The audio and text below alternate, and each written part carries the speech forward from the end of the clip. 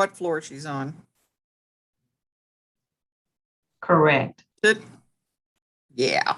Can I return host to Allie or you, Bridget? Carol, please. Thank you.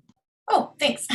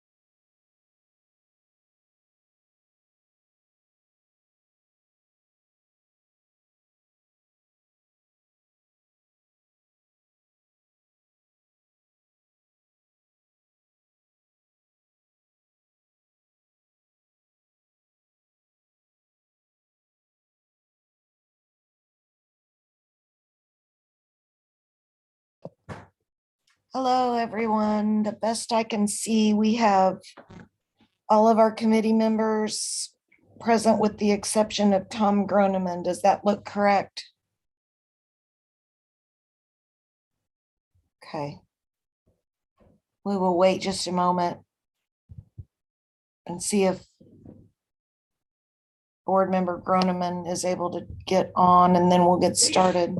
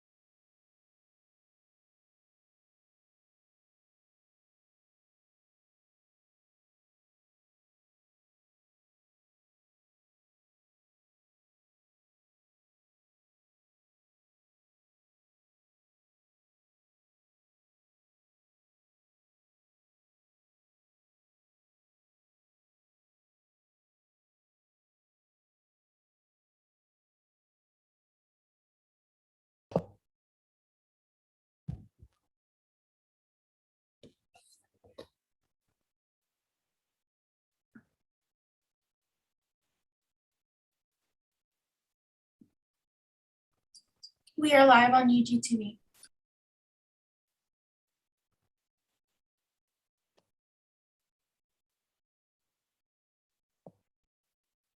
Does anyone have contact information for Tom Groneman to quickly check in with him? I never saw a notification that he was going to be absent. I can check on that for you, Commissioner. This is Bridget. I'll jump offline and check on that. Okay, thank you. We'll wait just a minute.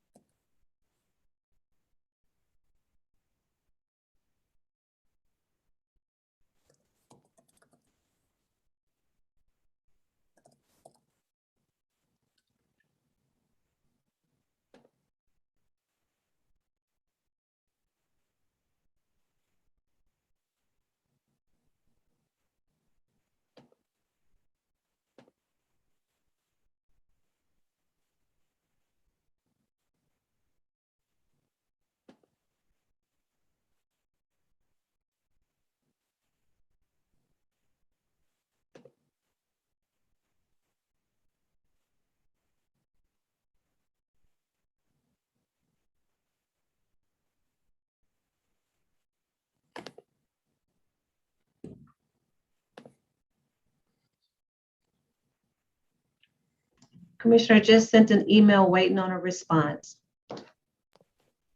Okay, thank you, Bridget. I'm going to go ahead and start our meeting. Good evening. This is Public Works and Safety Standing Committee meeting for the Unified Government for August 23rd, 2021. My name's Melissa Bynum, Commissioner with the Unified Government. Before I call our meeting to order, I want to announce that due to COVID-19, committee members, staff, and public are attending remotely by Zoom as well as on site. All participants joining by phone, please mute your phones when you're not speaking to avoid background noise. During the meeting, please make sure you announce yourself by name and title every time you speak so the public that is observing knows who is speaking. This is critical given the number of remote participants, and it's also current guidance from our Kansas Attorney General.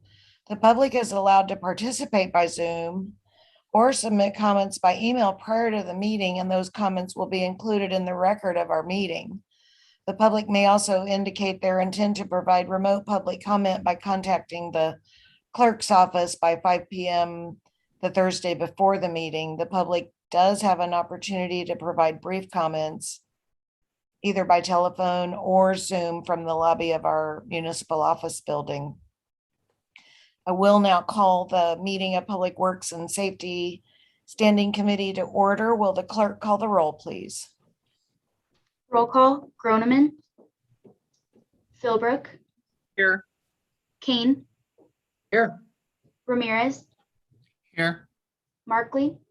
Here. Bynum. Here. Our first order of business is we have minutes from May 24 and June 21. Is there a motion to approve those? Move to approve. Commissioner Second. Mike Kane, move for approval. I think I have a motion and a second. Roll call on our minutes, please. Roll call, Philbrook, Aye. Kane, Aye. Ramirez, Aye. Markley, Aye. Bynum. Aye, and our minutes are approved. Thank you. Now to our committee agenda, we do have 4 items. The first one is a presentation of a requested honorary street sign for Pandorama Preschools, Inc. on Nebraska between 7th and 8th Street. Do I have Troy Shaw? Is that who's going to tell us about this tonight? Or who's present that's going to? Troy Shaw, sorry, I was muted. Hi, Troy. No problem. The floor is yours if you want to present the item. Okay, thank you. Troy Shaw, I'm county engineer. Recently, Public Works received a completed petition from Pandorama Preschool Inc. to install honorary signs with a title Pandorama Lane on Nebraska Avenue between 7th and 8th Street. I believe you should have a copy of that petition in your packet. Following the UG's previously adopted honorary sign policy, the petition has been reviewed and all the requirements have been met. We're now at the part of the process where the request is submitted to the standing committee to make a decision on the proposed sign. I'm not going to say a lot more information. There are a couple people from the petitioners, Ms. Harper and Ms. Sipple, here to answer any questions you may have about the information you have in your packet. But I'm just pass it on now for any comment that you may have, or if you would like to hear from either of the petitioners, Ms. Harper, Ms. Supple, and the attendees tonight. Excellent. Thank you so very much. Are there any questions from the committee before we go to our participants? Ms. Sipple, would you like to speak on this item? If so, I think we might have to move you over to the panelists. I see in our attendees, I see Carolyn Sipple and Tiffany Harper. So whatever we might need to do to allow these ladies to speak, I'd appreciate it. There's Carolyn. Thank you very much. If you want to unmute Ms. Sipple, we will give you several minutes and you can tell us about the honorary street sign. Thank you. And thank you guys for allowing us to be with you in this discussion. I believe that my daughter can speak more about what we were trying to get accomplished as far as getting the honorary street sign done. We have been in childcare since 1976, and I feel that we have accomplished a lot with the community, with Wyandotte County, with our children, the parents, and the community to exemplify a quality childcare, being able to allow the children to explore and to be the best that they could be in order for them to receive the education that they needed. And we have taken on the ages from 12 months to 12 years for at least 30 of those years, because we combined our centers up on 7th in Nebraska. And we have done quite a bit of community projects and educational aspects with Missouri and Kansas, so that we thought it was just time to do something that would be a lasting blueprint in the community of Wyandotte County. We have serviced thousands and thousands of children, multiple families, and we have communicated and we have allowed ourselves to join in with things that will enhance their ability to learn and to be all that they could be. So we have got so many families that backed us up, and some of them said, well, it was about time. So we wanted to bring this to fruition and to let that blueprint be established. Absolutely. Thank you so much. And Tiffany Harper, I saw you. You are more than welcome to unmute and speak to us if you so choose.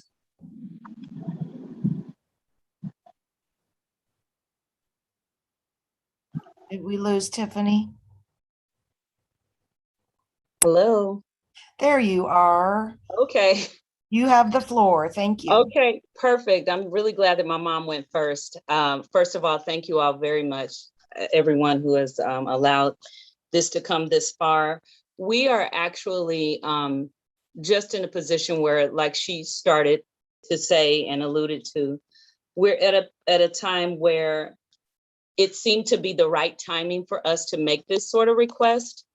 My parents left a legacy for myself and my husband. So we were the most recent owners of the school, and it was named the Learning Curve Center right there on the corner. But we kept remnants of Pandorama because we wanted to acknowledge and just show our gratitude and respect for the tenure that they have had there in that community. She spoke to how the parents were really just like, this is a good time because my parents are transitioning to full retirement, and they've contributed, as she stated earlier, academically and to that community in so many different ways.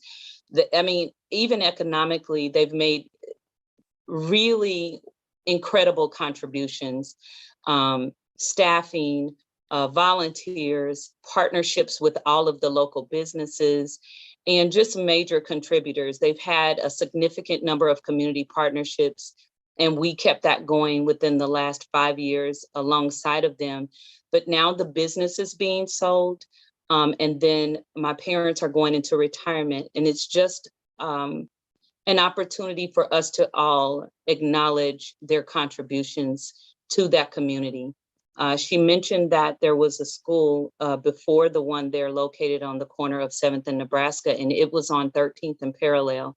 But before that, they were operating another school on 24th and Garfield. So they've been in and out of this urban core community, doing business for more than 46 years. As a matter of fact, we'll probably have a really nice gala to acknowledge what they've done.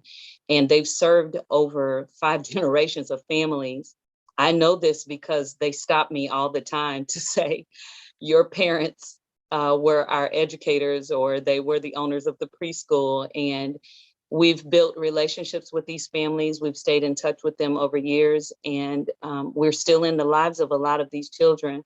I was their director at their program for more than 17 years, and then owned the business under our own preschool name for 5.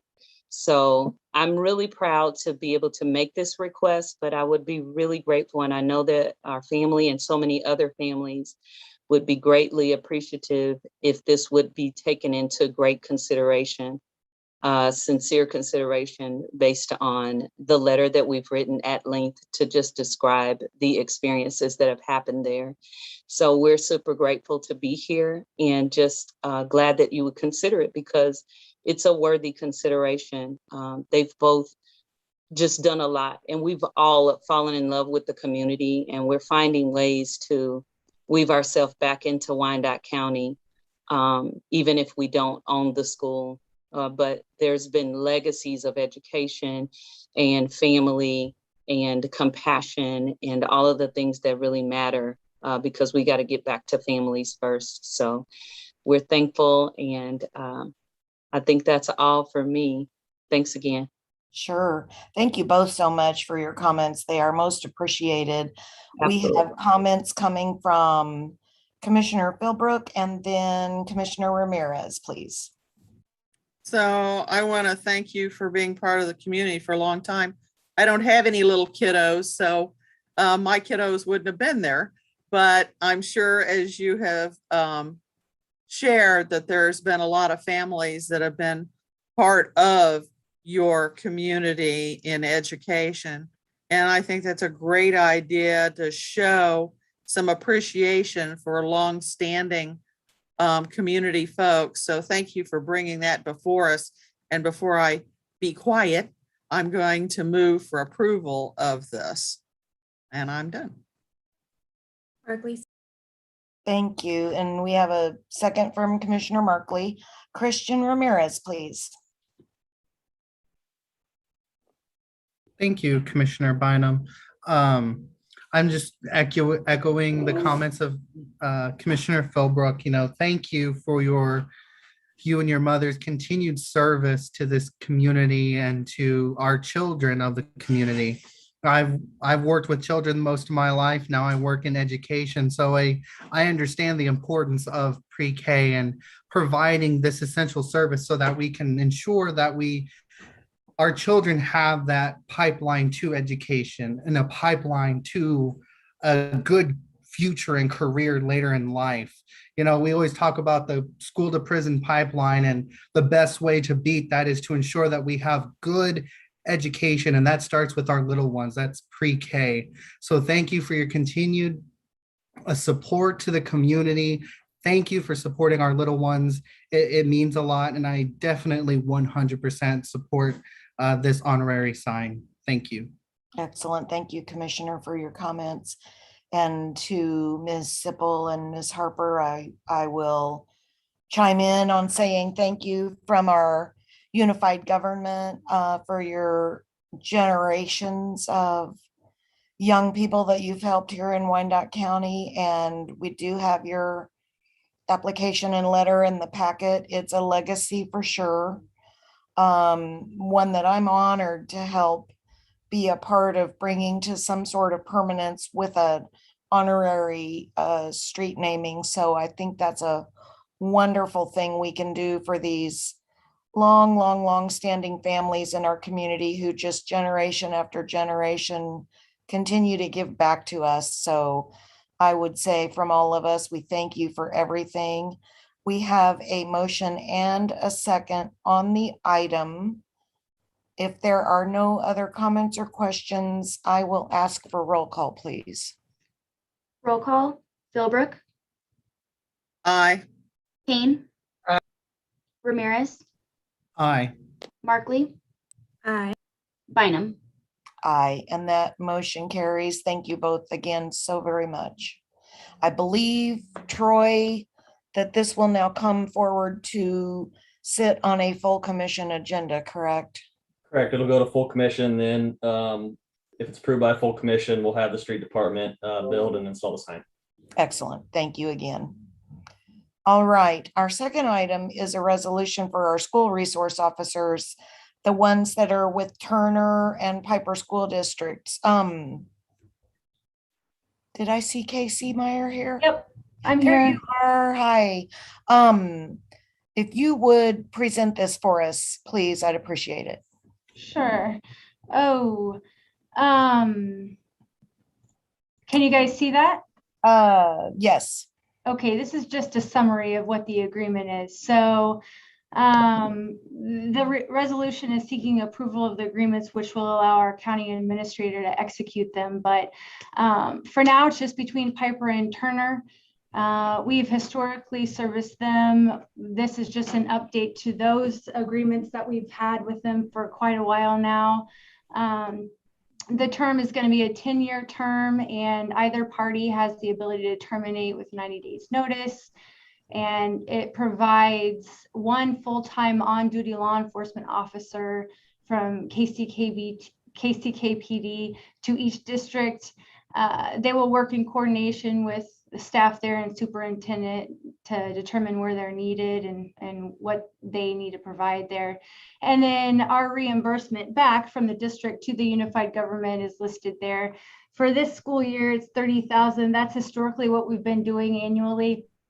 And then in the next year, 2022 to 2023, we're raising that to $33,000, and then it goes up from there. just to become a little bit closer to equal to what our base officer salary is eventually. And then if you guys have any questions about, the specifics of the SROs and what they do, Captain Pruitt is here as well, in case you have questions you want to ask her. Thank you. Are there questions from the committee? I don't know whose hand went up first, so this time we'll go Commissioner Ramirez and then Philbrook. Thank you, Commissioner Bynum.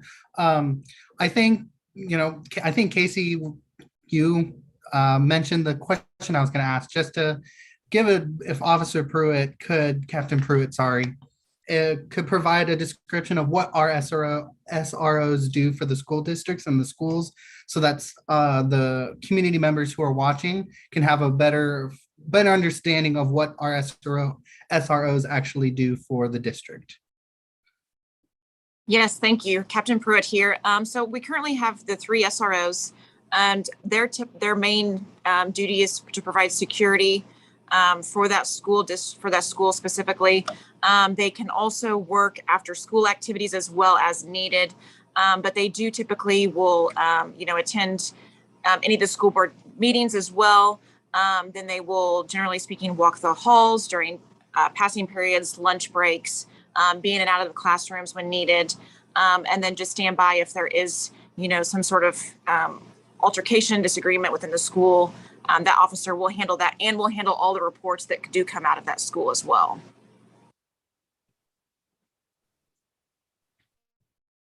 Commissioner Philbrook. So just for clarification, for instance, the first year, 21 to 22, $30,000, is that per school district? Correct. Okay, I just wanted to make sure. Okay, so Piper has to pay 30 and Turner has to pay 30 for one person each. Correct. Okay, just want to make sure. Thank you.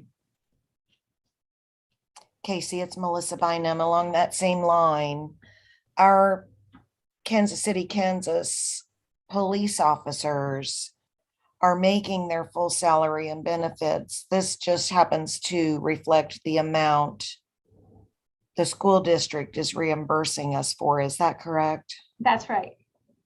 Correct. Okay, thank you very much. Any other questions from our committee? Commissioner Mike Kane, move for approval.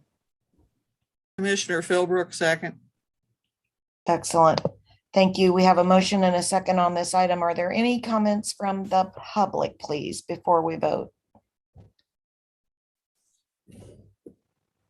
None were received.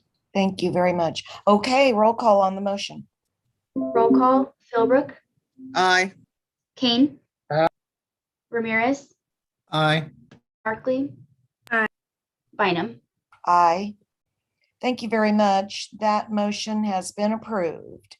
And the third item is Fire Marshal John Droppelman with Kansas City, Kansas Fire Department here to make his annual fireworks report.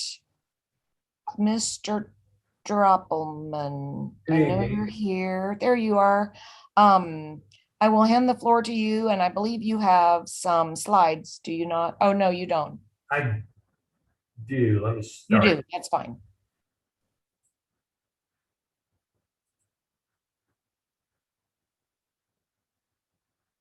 Okay, are you able to see that? Not yet.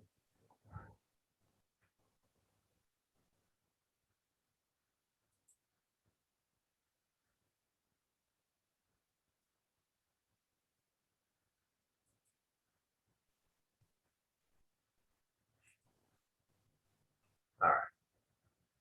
Is that sharing now? There we go. Okay. All right. Deputy Chief Fire Marshal John Droppel with the fire department. This is your summary of the different departments events that occurred this past 4th of July season. So,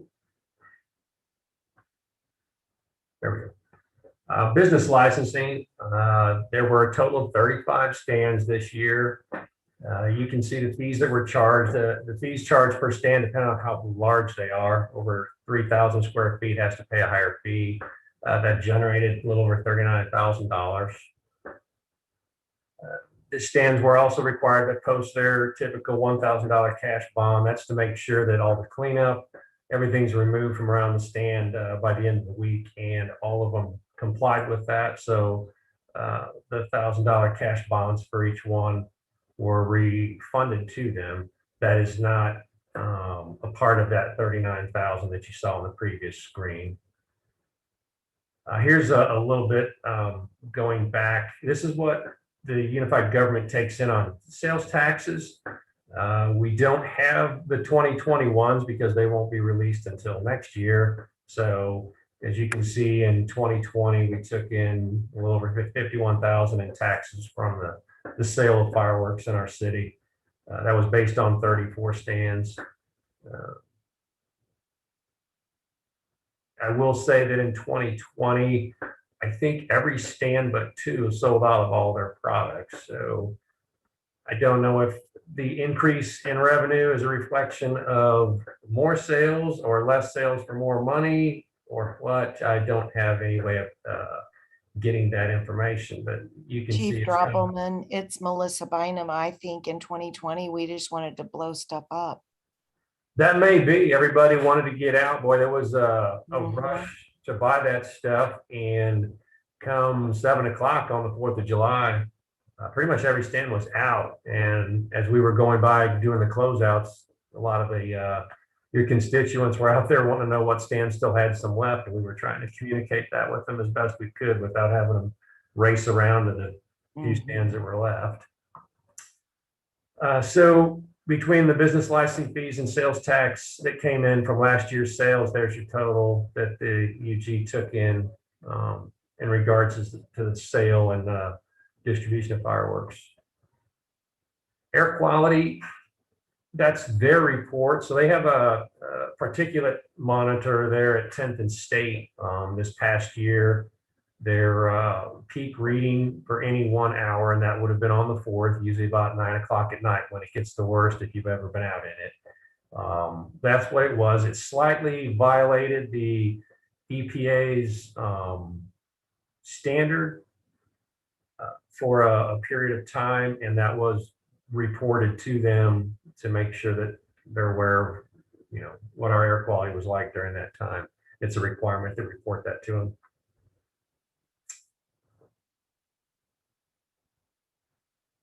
The peak that we had this past year when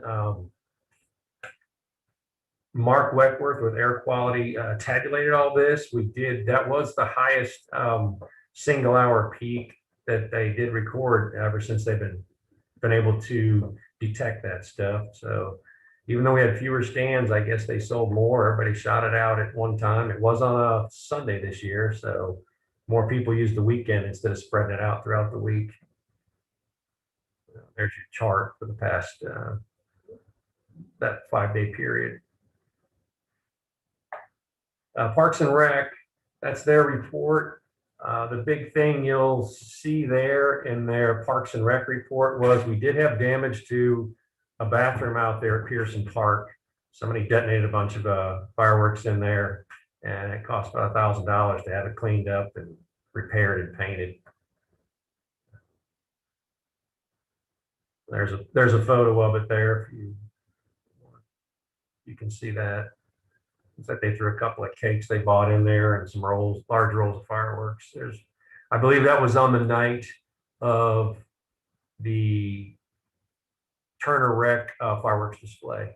It was on Saturday night. Public Works issued 9 neighborhood block party permits. That was one up from last year. There was only 8. Of course, that was, you know, the year of COVID. Typically, we get about 16 or 17. So the block parties were still down this year. And the law enforcement report. So the police department, the sheriff's department, and the fire department, these are all the complaints we typically try to look for that are fireworks related when we run our analysis of what happened this past year. The sheriff's department worked 5 complaints. Mainly they deal with the park areas and the school parking lots, things like that. They had 5 complaints that they handled, and of course, one of them was the damage to the bathroom out at Pearson Park. PD, I believe they're going to do their own report. They did not submit anything to me at this time. The fire department, we ran 14 calls during that 5-day span. It goes till July 5th, but only goes just past midnight.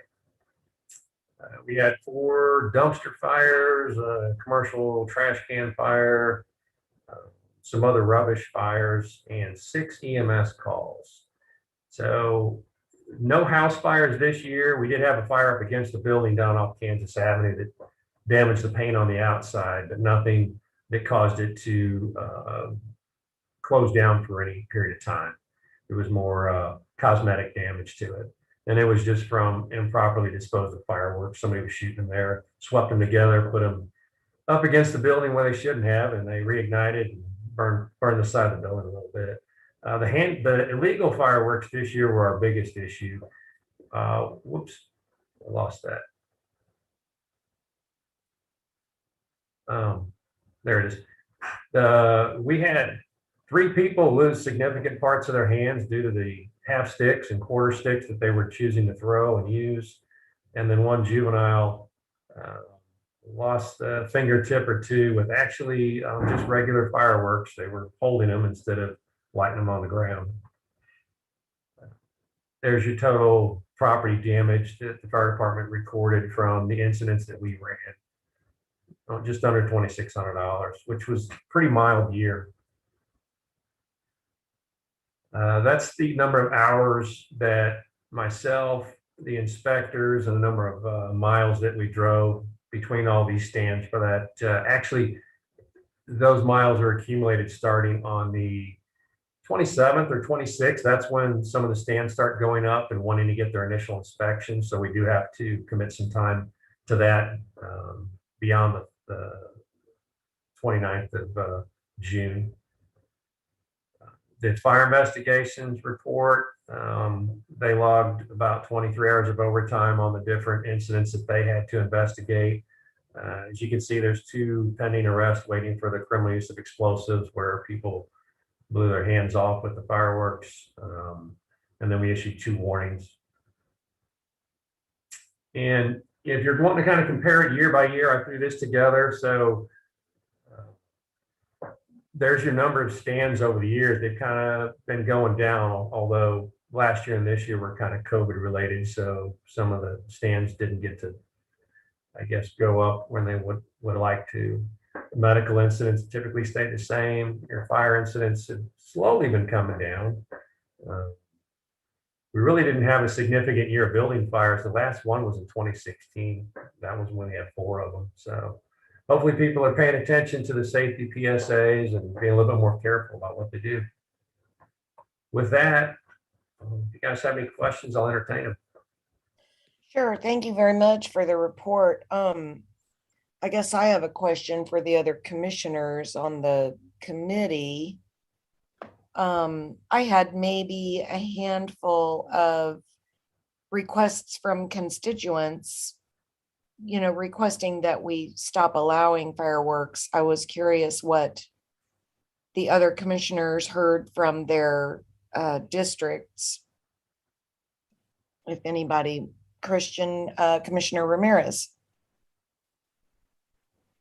For my district, I think the main issue that we had, or what people had, was the start time before and after the allowing of fireworks. I think is what the issue for a lot of the people that I heard was, people starting too early and people going on too late past our deadlines.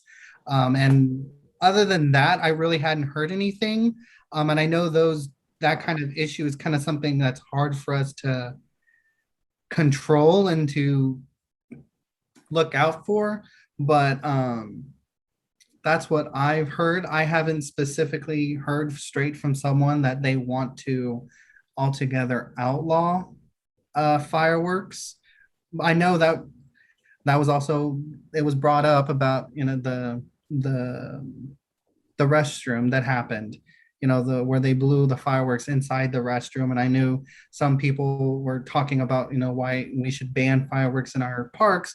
They're already banned. It's part of our park codes. And so I haven't specifically heard from people saying they want to outlaw it. It's just the time frames before and after is where people, they say they have an issue with. Thank you. Commissioner Markley? Thanks, Commissioner Bynum. I also got a smattering of emails, pretty typical of what I've received in past years. I'll just say what I think I've said in the past, which is that I think we should continue to ask this question on our survey, and that can give us good guidance. This is a really difficult issue. I feel like my district is, the landscape is very diverse. So in one area of my district, people have really large lots and they can easily light off fireworks without really being close to their neighbors. But in more of the Argentine side of my district, folks are right on top of each other. So if your neighbors really don't like fireworks, it's a lot more concerning because they're a yard away, like a yard, like 3 feet, not a yard, like a yard of grass. So I think to try to mitigate all of those diverse landscapes and get a feel for what our constituents are thinking, I think the survey is a good way to do that. And I have let that survey and its results be my guide in terms of the firework question.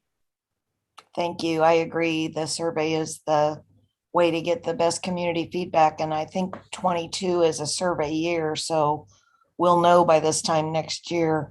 Commissioner Philbrook. Yes, all of those things that were said. I had a smattering, just like I have every year. Very few people want to outlaw it, but most of it is around having problems being able to breathe from all the particulates in the air. There's a few people that say that. Of course, the timing, them blowing off firecrackers until 3 a.m. Yeah, during the week, people are like, I gotta go to sleep with doing this, So not a lot of them want to eliminate it. They just want it to be curtailed a little bit better. And I definitely agree with the survey part. So I haven't heard really anything different. This is about the same thing that I've heard over the years. Okay. Thank you very much. Commissioner Kane. Well, I had very few complaints. In fact, I had the least amount of complaints this year than I have in the 16 years that I've been there. I do know that we fired off more than we have in the past, specifically my neighborhood. But I think all in all, it went well. There were a few things, but I can tell you, if you took a survey out here right now, they are not willing to not be able to shoot off their fireworks. Thank you very much. I would imagine you are correct. It seems like the times that we have, looked at the survey data, most people want their fireworks. And Chief Droppelman, just thank you to you and your team for everything you do to try to prep us for the season and keep us safe and respond to the things that happen. It's really appreciated. And based on your data that you're bringing us, I would agree with Commissioner Kane that it looks like we had a pretty good year as the fireworks season goes. So thank you very much for the report. I always look forward to hearing from you about this. You're quite welcome. Sure. I would stop real quick before our last item and just let everyone know that we have learned that our fellow committee member, Tom Groneman with the BPU, is actually in a BPU executive session right now. So he got double booked for tonight. And of course, his primary service is to the Board of Public Utilities. So that is where he is serving. And just to let everyone know, that is why he's not with us tonight. And our last item on this committee agenda is our fire chief, Chief Callahan, and he's going to give us a fire department update that we anticipate will be a quarterly update. And I sincerely appreciate you bringing this to us, Chief, and I will turn this over to you. I believe you also do have a presentation for us. I do. Good evening. I got a short PowerPoint presentation, and by short, I mean really short. This is at the behest of Commissioners Philbrook and Bynum. They requested that the fire department come and update about what's going on on the department. And as soon as I can figure out which screen I want to share here it comes. Go to presentation view real quick.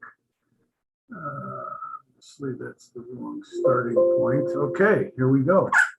So this is kind of a quarterly report, really not quarterly because it's not at the end or the beginning of the quarter, but so these are our capital acquisitions for the year. We bought 2 pumpers at $611,000 each, 1 rescue unit at $650,000, and 2 new ambulances, 1 brand new from scratch, $275,000. And one of those is a remounted ambulance. And what that means is we take the patient module, which is the square part, off and put it on a new chassis, and thereby allowing us to basically extend the life of an ambulance unit.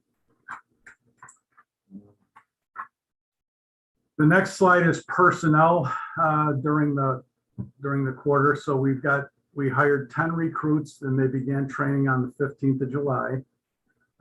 5 firefighter paramedics and 5 pending firefighter paramedics. We also hired, we're going to hire some 4 firefighter EMT trainees. They will begin on, they begin on 5 August. Those are the trainees that come exclusively from Wyandotte County residents. We also are hiring 4 firefighter paramedic trainees in the next job posting. We have promoted 19 total individuals this year. I shouldn't say that. We've promoted 23 total individuals this year, 19 drivers and 4 captains. That's a typo up there. In our training division, this is what they've been doing. So they've conducted building pre-plans, which I think most of you know about. That's where the fire companies go out and go through a building looking for hazards prior to being called for an actual emergency. Minimum company standard evolution training. And what that entails is ensuring that each fire company, excuse me, can operate during any evolution with a minimum standard by the NFPA. We also conducted mutual aid training with Fairmount Fire Department on hazardous materials and railroad safety. Same thing, mutual aid with Edwardsville and Bonner Springs on landing zone safety. That's for bringing a helicopter in for most typically a medical evacuation. We also hosted the police departments from Lenexa, KCK, and the Leavenworth Sheriff for rappelling and forcible entry tactics at the training tower at Station 6. So for technology, we have been selected as one of only 10 fire departments in the country to participate in a see-through pioneer program with Quake technology. I've got a very short, about 4 minutes video clip to show you. I will show you that now, and then we'll come back to this.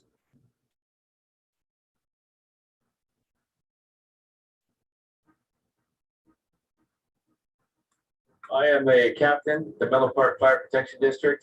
I have a total of 23 years of service. John Renner. I'm an engineer and I've been a firefighter for 18 years. Greg Womble, been with Menlo Park Fire about 16 years, been a firefighter for 22. Will Fitzsimmons, been a firefighter with Menlo Park about 2 years now. Joe Foster, been a firefighter for going on, this is my 3rd year, and I'm an engineer. Nick Mara, firefighter EMT, only been on for about 1.5 years.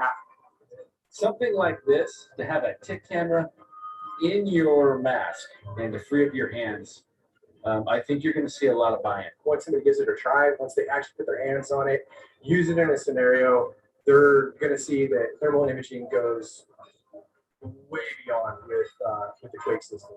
My experience is great today. Being able to test out this new technology that you think about when you're watching a superhero movie.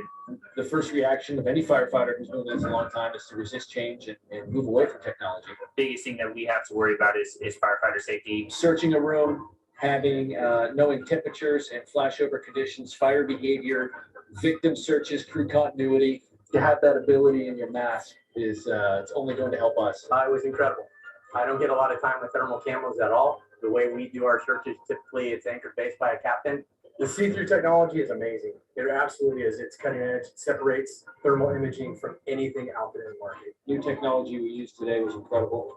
It broke down everything as far as you could see from wall to wall in the room.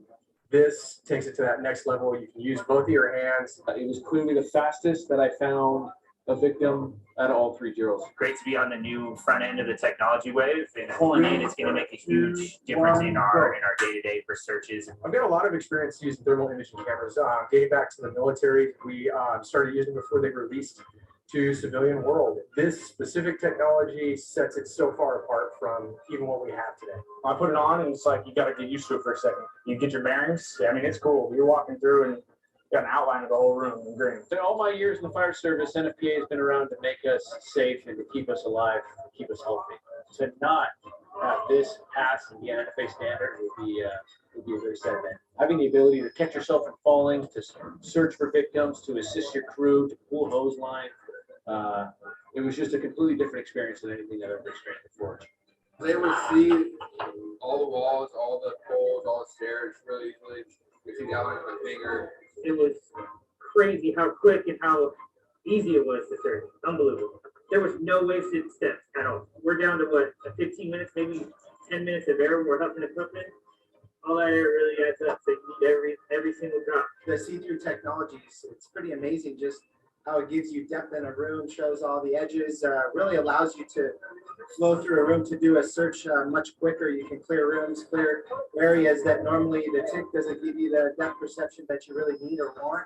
Not to have a TIC camera in my hand, not to worry about looking down on a little camera, but just to have a heads-up display of what I'm looking at and to be able to relay it if a crew was with me was pretty incredible. I think that this hits the market, gets out, gets in our hands, and we're going to save more lives. It truly is limitless.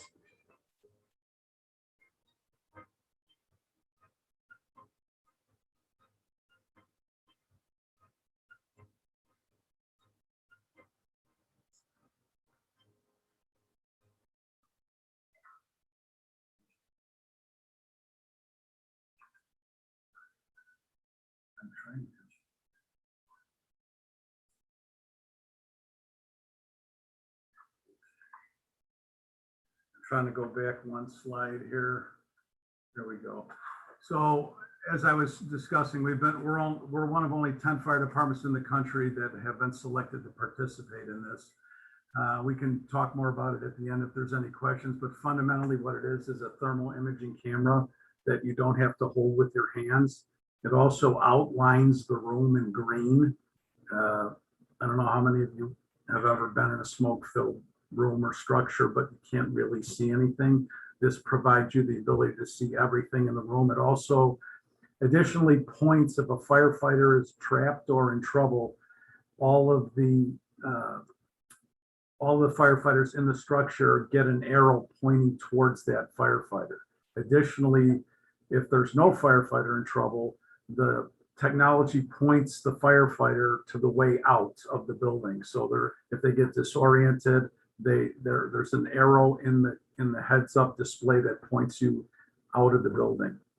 Our other technological advancement or technology issue we're dealing with now is we're going to, and you may have heard this before because the sheriff and the PD are doing it as well. We're going to be using Cortico. It is it's an app, a cell phone based app, or actually it can be an iPad or any other type of app on a computer or any kind of screen that you have. It's a wellness app for firefighters. There's a multitude of benefits. It's 24/7, 365. It's in hand, on demand for any firefighter. It's private.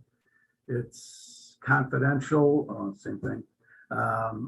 And it allows the firefighter to get in contact with support all over the country of any kind that individual needs, whether it's family support, support for substance abuse, PTSD, and it'll be rolled out to every firefighter, their family, and the retirees. They'll all have the ability to use it once it's up and running.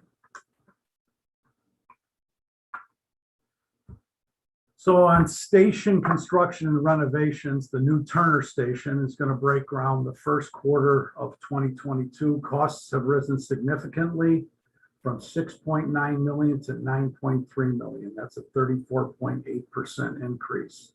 That's been submitted for the amended CMIP budget. The station is scheduled to house pumper 16, truck 16, ambulance 16, and a battalion chief. Some of the remodels and renovations we did are here: headquarters, kitchen, and living area, Station 15's EMS division remodel, the maintenance facility on Kansas Avenue, architectural quartermaster design for the maintenance facility on Kansas, Station 6 restroom, Station 9's restroom, and Station 14's restroom. Those remodels are all currently underway. We also are going to implement a community paramedicine program. This is in conjunction with a grant from Vibrant Health. The grant period runs for 18 months, and what it would be is one registered nurse and one firefighter paramedic going on a non-emergency basis to houses that activate the 911 system more than they probably should. So what the nurse and the firefighter paramedic would be checking for is to make sure that these individuals have access to the care they need without activating the 911 system. They also check that their medications to make sure that their medications are filled and that they're taking them as prescribed. They also check to make sure that they have food in the house, adequate food supplies. They check for trip and slip and fall hazards in the home. And they, as I said, the most important thing is they provide assets to the individual so that they don't have to activate the 911 system. The other program is, this is ongoing. Two of the commissioners who aren't on here today were in a conversation about this today. The Loring fire, the Loring area, an unincorporated area, Wyandotte County, is going to be covered by KCK for fire and rescue. Because Bonner Springs elected not to cover them anymore. And right now, it hasn't really rolled out fully yet, but it is in the process of taking place on 1/1/22. And with that, I will answer any questions to the best of my ability that you might have. Are there questions for the chief on the report today? And Commissioner Philbrook and then Commissioner Ramirez, please. Chief, I just have a quick question. I don't expect an answer today, but while I have you, can you get back with me and let me know? Because, you know, we rearranged my EMS unit off of 82nd Street and put it out west.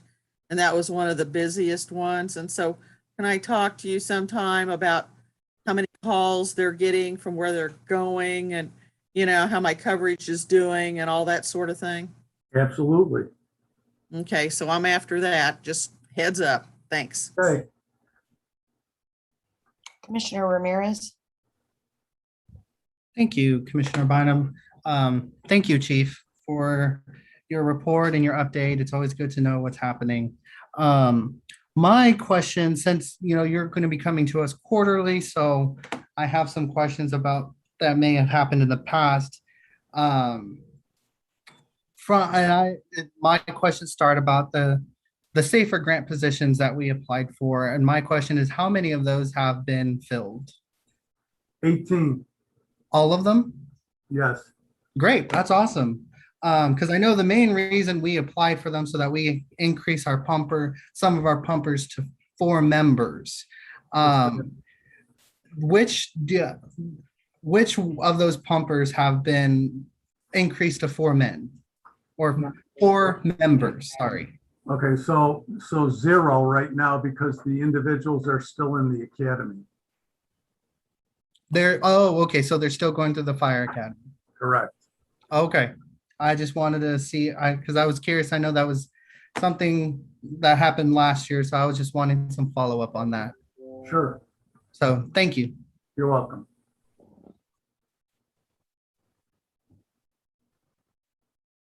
Are there any other questions from our committee members? And I just want to say, Commissioner Bynum, I'm happy that you and I asked the chief to start doing reports to us, because it's nice to see what's actually going on in our fire department from administration side of it, and to let the public know what we're up to. So thanks a lot, Chief. You're welcome. I agree. I think the information is really critical, especially for the public and as well as our understanding. So thanks for your time with us. If there's nothing else on our committee, that was an information only item. And that will conclude our Public Works and Safety Standing Committee meeting. And we'll stand adjourned, and I'll hand it over to Commissioner Markley for Administration and Human Services. Thank you. Thank you, Commissioner Bynum. All right, same rules apply here. Before I call this meeting to order, I want to announce that due to COVID-19, some committee members, staff, and public are attending remotely via Zoom as well as on site. All participants joining by phone should mute their phones when not speaking to avoid background noise. During the meeting, please make sure you announce yourself by name and title every time you speak so the public that is observing knows who is speaking. This is critical given the number of remote participants and is current guidance from the Kansas Attorney General. The public is allowed to participate by Zoom or submit comments by email prior to the meeting, and those comments will be included in the record of the meeting. The public may also indicate their intent to provide remote public comment by contacting the clerk's office by 5 p.m. the Thursday before the meeting. The public also will have an opportunity to provide brief comments either by telephone or via Zoom from the lobby of the municipal office building.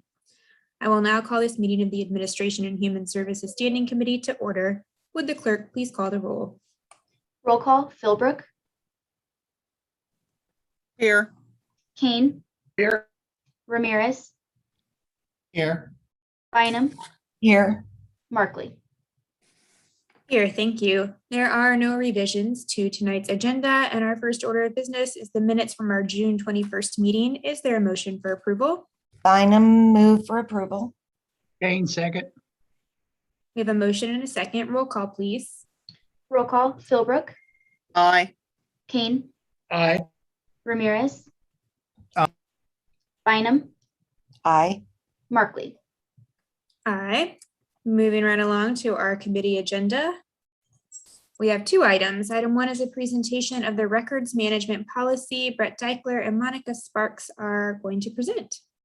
Welcome. Commissioner Markley, thank you. I come to you, everyone, in a different capacity this evening as a presenter once again. So it's my old stomping grounds, I guess. But that being said, I'm going to be real brief at the front end of this thing and hand it over to the experts, that being Monica Sparks, who works in our records management center.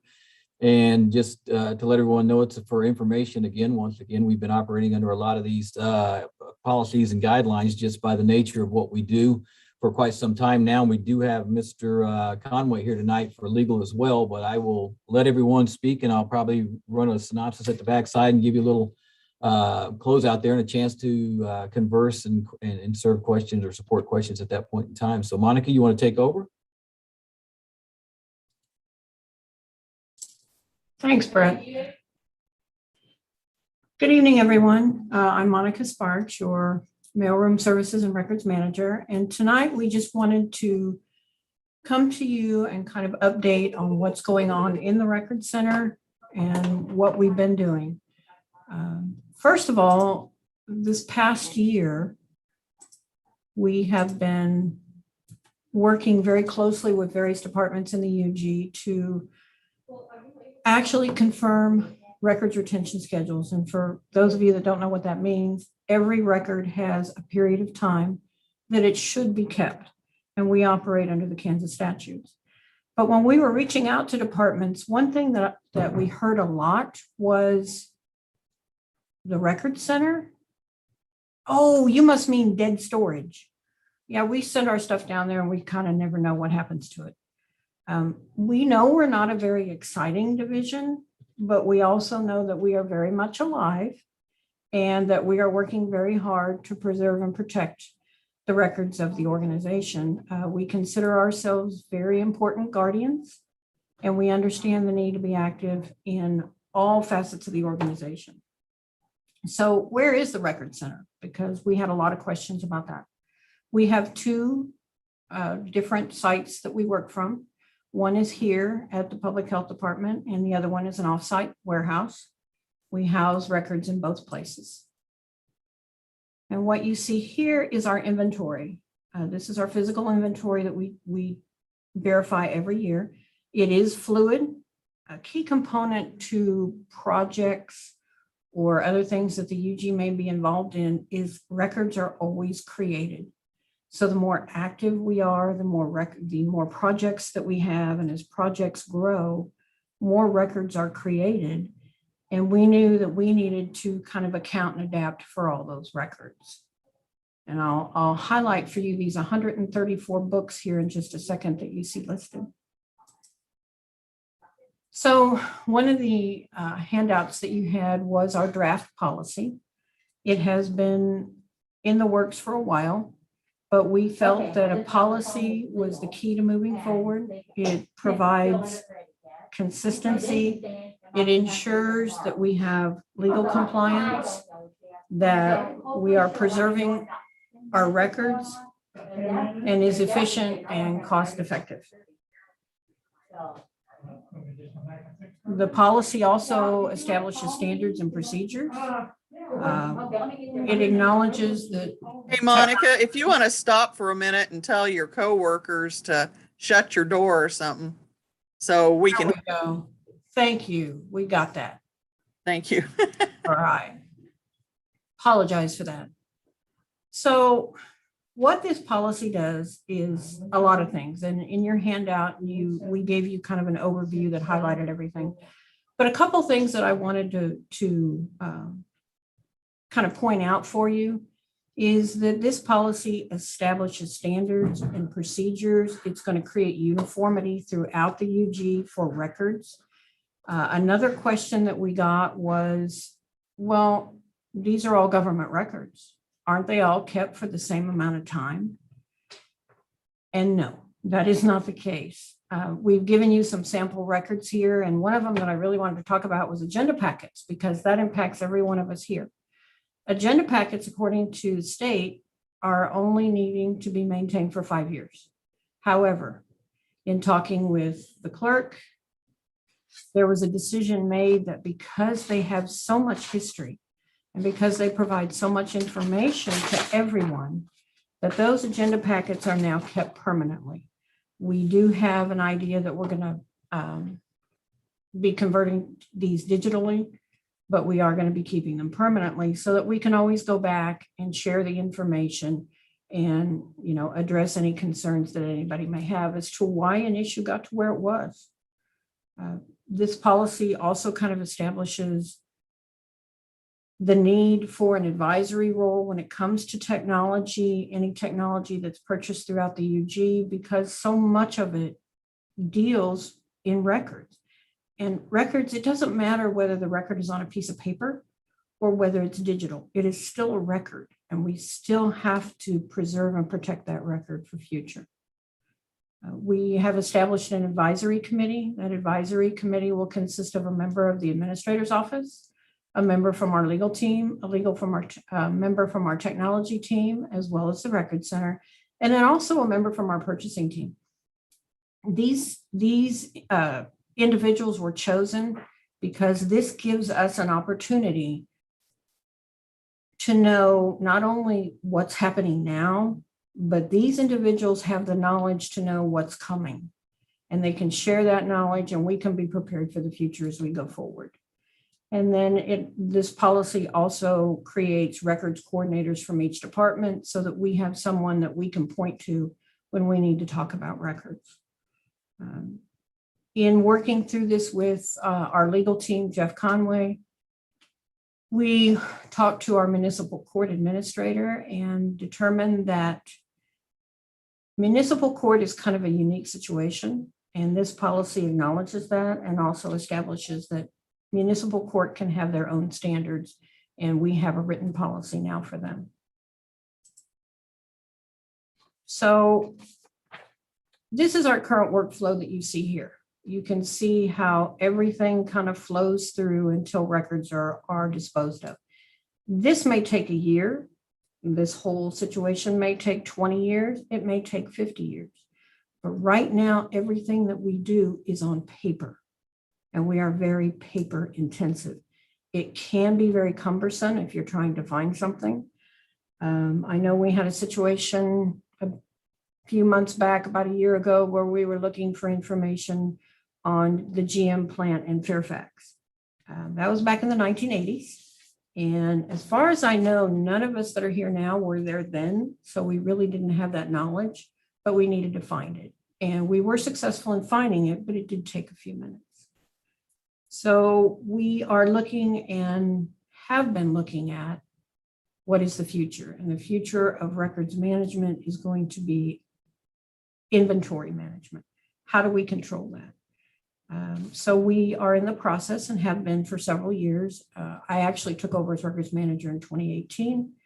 And when I took over, this process of looking at records management inventory was already in place. And so I just picked it up and continued to carry it forward.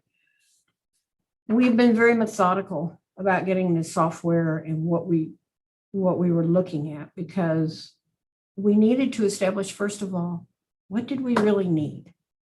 How are we going to be able to benefit not just records retention and record schedules and how to pack a box, but how are we going to be able to provide information when it's needed? So we have been, the process may seem slow, but it was intentional because we wanted to make sure that we were covering everything. It is a technology upgrade. We are close to having a final product. We have been working with our vendor. It's kind of an out-of-the-box product, but at the same time, there's enough flexibility in the product that we can tailor it to what the UG and what our departments here need. And that is important to us. And if you remember those 134 inventory books that I kind of pointed out to you, those 134 inventory books, each one of those books contains between 250 and 500 sheets of paper. Every one of those sheets of paper represents a box in our inventory. That's what we're trying to digitize so that we will be able to search and find things a whole lot better than what we are now. We will be conducting an audit of each and every box in our inventory. We know that's going to take time, but it's important to kind of have good information in a system instead of just writing anything down to it. So the Record Center is kind of in a unique position. Because of our location and our knowledge, we are able to provide other services to our departments here in the UG. We've given you some information here on mail, shredding, that kind of thing.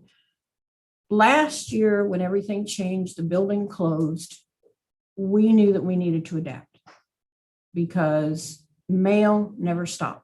FedEx never stopped. UPS never stopped. And so we were able to centralize all of those deliveries. It increases security. It increases consistency. And we were able to ensure that if one of our departments needed information or needed or ordered supplies, they were able to get it. If our citizens are mailing information to us and they believe that it's important enough to send that by certified mail, registered mail, UPS, FedEx, we're able to track that. We know that we've received it. We can tell them when we received it, and we can make sure that it gets to its proper destination. We were able to get package tracking software through the CARES Act that helps us to do that every day. So we can provide that information to departments. And what we're finding is that not only are we able to track what those pieces of mail or packages are that are coming in, but our departments are starting to use this information to determine what their daily work and what their daily income of mail is going to look like. So we think we've provided a valuable service all across the UG. And then this year, in addition to the shredding that you see here on our hard drives and video, we've been successful in destroying 383 VHS tapes. Those date all the way back to 1999. So they have well used their life. And then an additional service that we don't have on here, but that we still manage, is we have what we call SWAP, supplies with a purpose. And what that is basically a recycling of supplies. Maybe one of our departments no longer uses hanging folders, but another department in the UG is looking for hanging folders. We have a location here at City Hall where we store those supplies, and then as other departments need them, they can reach out to us. They can then, save part of their budget. No department in the UG should ever have to order paper clips. No department in the UG should ever have to order inter-office envelopes. We have enough that we think we can go well into the future with those, and they can always contact our office and we'll get them taken care of. And then here you'll see, this is our new equipment, and we're very, very excited about this. Again, we were able to leverage funding through the CARES Act. The shredder that you see here is fantastic. I don't know how else to say it. It will shred everything, and it does it very well. It is also HIPAA compliant. So we are not only destroying the records, but we're making sure that critical information is protected. And then of course we have our degausser, which gets rid of anything that's magnetic, hard drives, video, anything like that. So, and one of the things that we were also able to do, the shredder that we had continues to work. There is nothing wrong with it. We were able to pay that forward and get it into the hands of our buildings department because their shredder stopped working. So we were able to still keep the equipment working, but we found a new home for it, which is again benefiting everybody here in the UG. So with that, that's kind of a general background of the Record Center, what we do. I'm going to ask Brett to finish up, and then we'll take any questions. All right, thank you, Monica. And real quick, I know there's a lot of information here and rightfully so, but I'll try to pull this thing together as quickly as possible and looking at some of what we're facing now and how this policy will help us maybe manage to the task, because when you get down to it, it's all about the operational efficiencies and how we comply legally with what we're charged to do. And looking at what we have as far as backlog of services and requirements in both the physical retention of documents and possibly moving into that digital transformation realm would at an estimate take us 32,000 hours. And I think about that at 2080, you're looking roughly at 16 years for one person.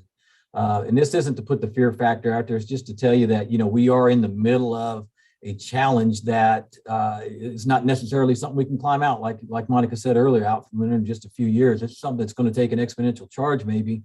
But for at the front end, maybe if we can stay one-to-one and try to keep up with what we're doing. I think obviously with COVID being out there, it pushed things forward into the digital spectrum very quickly, probably accelerated things 5, 6, 7 years for most organizations. Roughly 80% of what you see out there now in the business world, the private sector, is trying to comply with that digital transformation fold. I think the government's doing very well. We do have limited hands on deck in this program.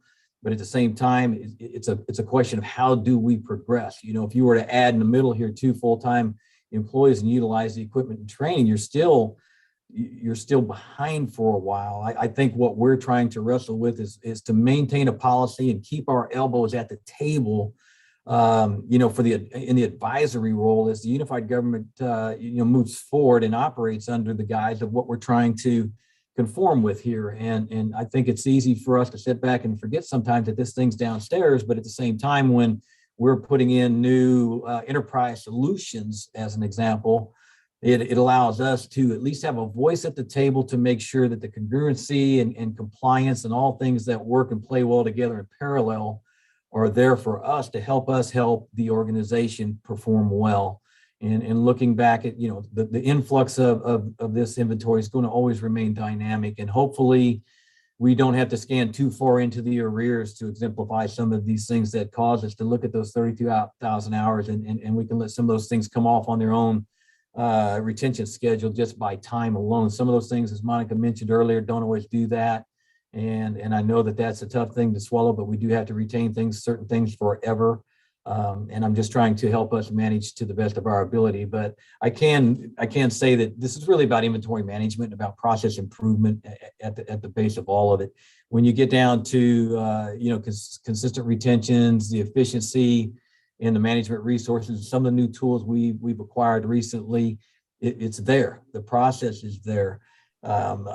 We just have to be able to remain mindful that we do, for everyone to understand that we do exist and we do need to have some type of buy-in when we're sitting there working and playing well with others. It's just makes it easier for all of us to stay out there and stay in compliance too. And I know we have just Mr. Conway on here tonight. If he has anything from the legal perspective, because I certainly don't want to speak on that about risk, but I can tell you this, clear back in 2005, I put together just a basic algorithm when I was working on some things back when I was back in the clerk's office in days gone by, and looked at some of the things here and talked about just a 50-50, Boolean logic type of thing, this, if, and what. And it showed some of the risks that come out of these things based on the documents that we handle and how we need to manage them, appropriately. And I think the challenge is there. I think the legal requirements obviously there. And for us to be able to support what we do, we need to have this policy in place. We need to be at that table from an advisory perspective, and we need professionals like Monica and ourselves to help support that for things to control and influence positive gains for us moving forward as far as that dynamic inventory looks like there.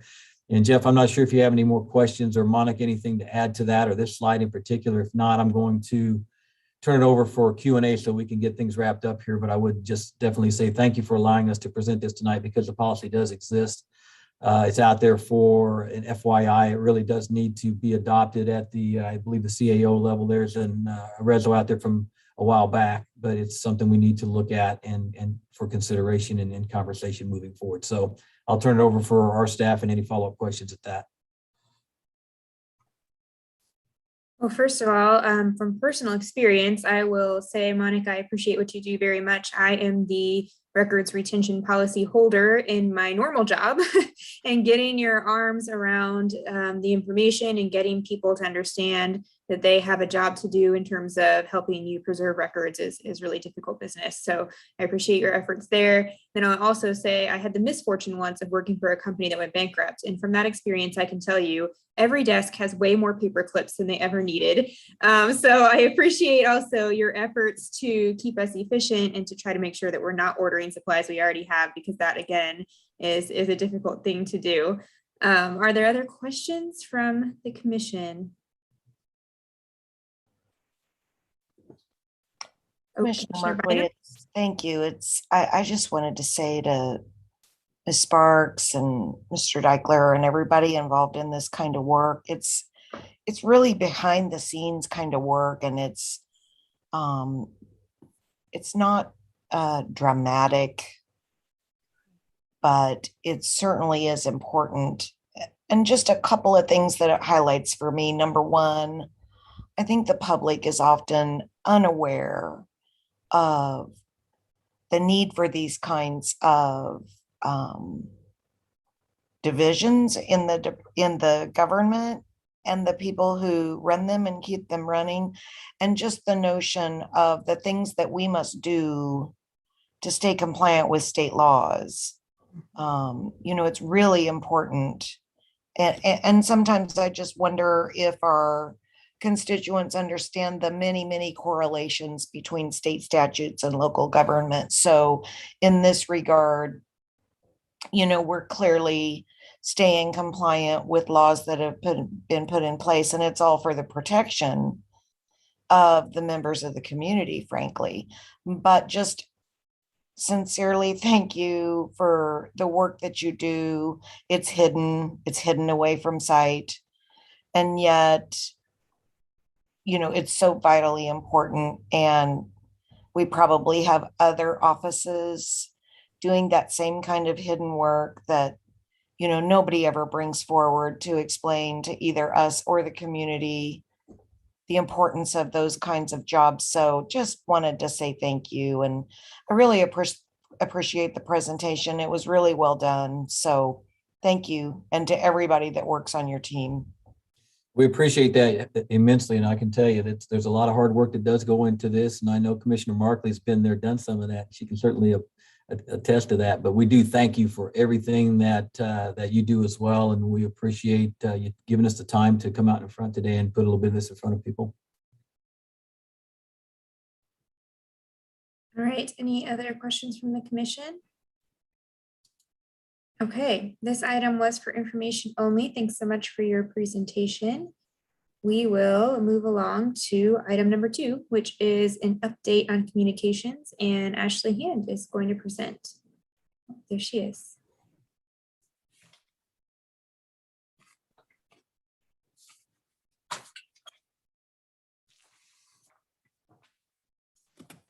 Well, the good news is that I am a morning person, so you're going to get all the energy that I have left over at this point in the evening. But I just wanted to say thank you so much for taking the time this evening. Really excited to be here. My name is Ashley Hand. I'm the Director of Strategic Communications, having started my role just over 6 months ago on February 4th. I am excited to kind of share some of the things that have happened over the last 6 months, as well as what's to come and what's to expect. There are quite a few opportunities when it comes to improving our communications as an organization, and it's been a lot of fun just getting oriented to this organization. Oh, there we go. Just to kind of give you some perspective, I think it's really important to note how much more information we all consume on a regular basis, whether it's because of the physical and emotional impacts that getting all this information actually can have on us without we shouldn't discount how impactful that can be. But it's also important because it's, as we recognize how we as an organization want to communicate and engage with our community, we have to think about what this path forward looks like. What does civic engagement mean in 2021? How do we do a better job of listening and learning from our stakeholders by kind of taking that feedback in and applying it into how we work? So essentially, it becomes more and more of a challenge in terms of how do we cut through all of this clutter. And so when we think about kind of our function as conveners, we have a lot of opportunity, but we also have a lot of challenges because we have many different stakeholders. We serve individuals and neighborhoods and cities, as well as the county. So we have a lot of people to keep satisfied. So when we think about kind of with whom we should be communicating, it's not just the information that we should be providing out, but the information we should be receiving back. So, from an elected official perspective, obviously understanding, how policy is shaping the type of outcomes that you aspire to see for our community, making sure that you're informed so that when we do take action on a policy that you've stood up, you can understand what that impact has been, and then you can also share it with your own stakeholders and constituents. As well, we have to recognize that not all of our community members are necessarily engaged, and maybe some are, but there's also a very kind of broad spectrum of community members that are much harder to reach. And it's important that we are very intentional with the tools, the messages, and the methods that we use when communicating, that we should be working with our community to define the best engagement path instead of just trying to kind of see what works and hope that it carries. And then, of course, I think I've noted this in a few times that I've had the opportunity to speak with some of the commissioners, that our staff, both our past, current, and future, whether we're recruiting the next generation or addressing the staff that we have on today, are 2,200 employees that are members of our own community, but we need to identify and leverage for their voices to be used and heard across our community, as they are also involved in the decision-making and implementation, but also are often very well-versed in what's happening in their neighborhoods and could be bringing that information back to us as an organization. And then finally, thinking across all sectors, whether the private, academic, or nonprofit, we have to think about these existing networks that exist within our community and how can we tap into them. And I think the work that we've seen during the pandemic has been very positive in terms of the types of communications that we've been able to leverage. particularly when you think about how the health department has worked closely with faith-based organizations to kind of leverage their existing networks and the trusted resource that they serve for their own communities as an opportunity to amplify really essential messages to our community.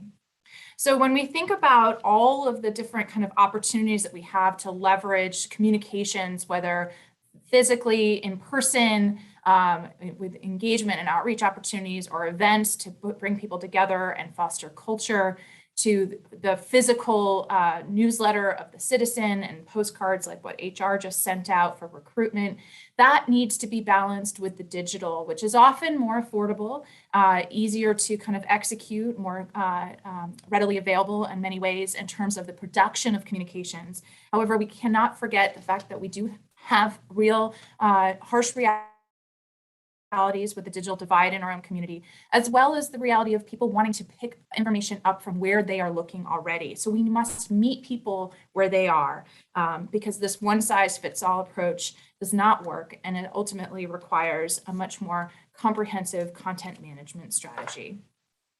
So I thought I'd share some of the few things that I've observed over the past 6 months. And I think, none of this will come to a surprise to any of you as commissioners, that we are absolutely overwhelmed within this community as a whole, but as an organization, with the amount of needs and demands, whether it's because of COVID and the pandemic itself, or just the fact that we are tackling some pretty systemic issues when it comes to addressing the future of our infrastructure, for example. But while we're working on how to address those very sometimes conflicting or demanding needs, we have to face the fact that our staff and the community as a whole are somewhat fatigued by what's going on. There is an information war out there when it comes to COVID, and it can be completely overwhelming, extremely negative, and actually a turnoff to a lot of people, as we've heard more and more people taking breaks from things like social media to give themselves the mental space that they need to kind of navigate this day and age. As well, we have to recognize that people within the unified government as a whole are eager and interested in new ideas, but often have limited capacity, which we've seen with the retention and recruitment presentation in terms of our staff and the work that's being done. So recognizing that it is hard to sometimes test and do something new. And then the other side of it is when we do something, sometimes it's not perceived as valuable or understood as having value on the side of the community. And that becomes really important when it comes to fostering trust and establishing a relationship where the community recognizes the work that we're doing, but also is open to finding ways to provide constructive feedback so that we can continue to improve and deliver quality services no matter where you live. And then finally, I would like to just underscore that after having had the opportunity to meet many different people across this organization, we know we have the capacity here. We have the talent, we have the people that could do some great work, but certainly we just need to figure out better ways of leveraging the skills and tools that we do have more effectively so that we can amplify the messages that we need to at the rate that we need to, but also be more proactive in getting the message out. So over these past 6 months and kind of recognizing what I've seen and observed, I've taken a few quick actions to try to understand what can we be doing in the near term as I start to understand and get my bearings within the organization. So I took a few kind of immediate actions to kind of respond to those initial observations, whether it was thinking about building awareness through better email communications to our staff, or posting and leveraging our intranet site for notices and information about things that might be of interest to our organization and the people that work here day in and day out. We took some of the kind of fatigue and exhaustion that our staff was feeling and around COVID and the COVID response and turned that into a celebration of the incredible accomplishments that we've seen across the organization, whether they were the front lines and first responders, or maybe they were behind the scenes in our accounting department, figuring out how to quickly transform processes so that we are bringing the millions of dollars of CARES Act funding into our community and into the hands of the people that need it the most. We also tested a few things to try to see what would happen if we didn't spend a lot of time with analyzing things to the point of paralysis, where we actually moved quickly and took some action with trying to address things like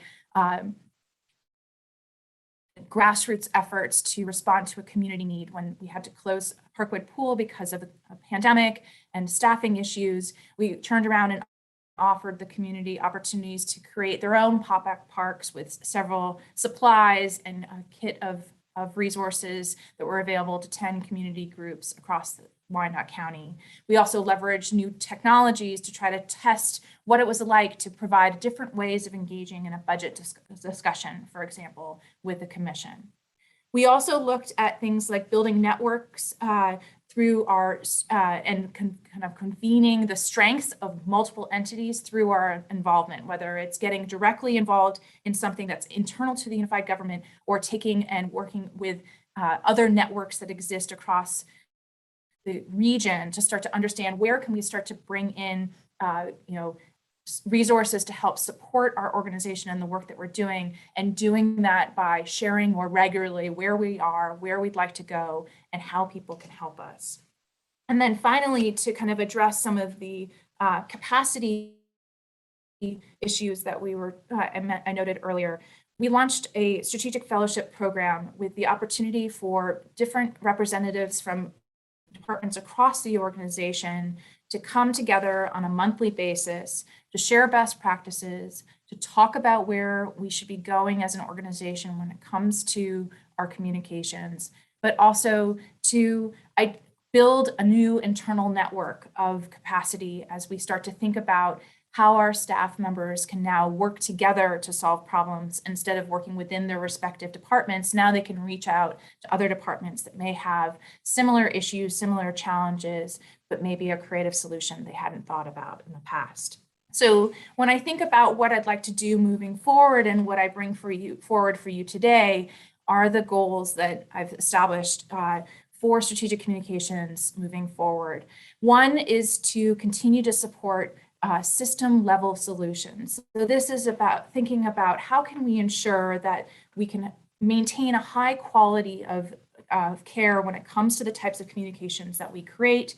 What can we do to create mechanisms by which people can share information more regularly? Can we make something that is repeatable and replicable and therefore more sustainable across the organization? So this has a lot to do with developing and kind of reconfirming on a regular basis what our content strategy is as an organization, so that you understand what you need to know in a timely manner based on what time of year it is, where you happen to live, where your personal interests might be, but also in terms of the business that you might be doing with the unified government. How can we create a more efficient way for you to understand what you need from us without necessarily having to navigate how we work as an organization?